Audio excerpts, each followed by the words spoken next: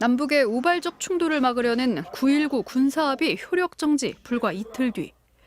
한 탈북민 단체는 대북전단 20만 장을 북으로 날려보냈고 곧이어 또 다른 단체는 쌀을 페트병에 담아 보냈습니다. 결국 이번에도 북한은 오물풍선 330여 개로 응답했습니다. 통일부는 헌법재판소 결정을 근거로 탈북자 단체에 대북전단 살포 자제를 요청하지 않을 것이란 입장을 고수하고 있습니다.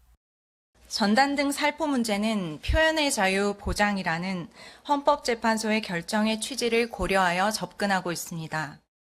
지난해 9월 헌법재판소는 남북관계발전법에서 대북전단 살포 행위를 금지하고 위반하면 형사처벌하도록 한 조항이 국가형벌권을 지나치게 행사해 표현의 자유를 침해한다며 위헌이라고 결정했습니다.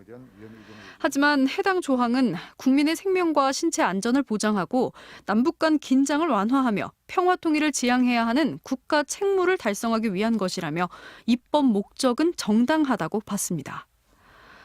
헌재는 또 전단을 살포하기 전에 경찰에 신고하도록 하고 국민에게 위험이 발생할 가능성이 높을 경우 살포 금지를 통보할 수 있도록 하면 표현의 자유를 덜 침해할 수 있다고 명시하기도 했습니다. 형사처벌을 하지 않더라도 대북전단 살포를 제한할 수 있는 다른 방법이 있다는 예시를 든 겁니다. 덜 침해적인 방법이 있으면 그 방법을 쓰라는 거예요. 전면 금지보다 덜 침해적인 것이 부분 금지고요. 부분 금지보다 덜 침해적인 것이 자제 공고죠. 남북 간 대화 채널이 단절된 상태에서 강대강 일변도로 치닫기보단 긴장 완화를 위한 방안을 찾는 노력이 필요하다는 지적이 나오고 있습니다. MBC 뉴스 양소연입니다. 주택들이 모여있는 조용한 마을에 다시 불안감이 감돕니다. 오물풍선 날아오고 막 한밤중에 경보 울리고 정말 국민을 불안에 떨게 만드는 것 같아요.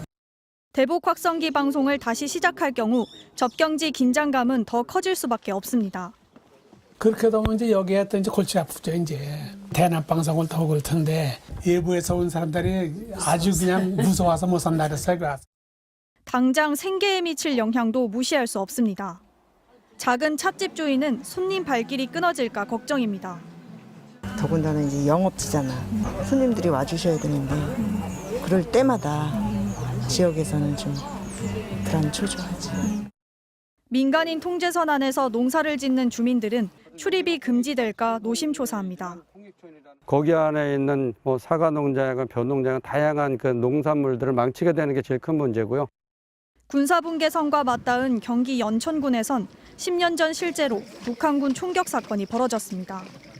동네 토박이인 최병남 씨는 그때의 기억을 잊을 수 없습니다.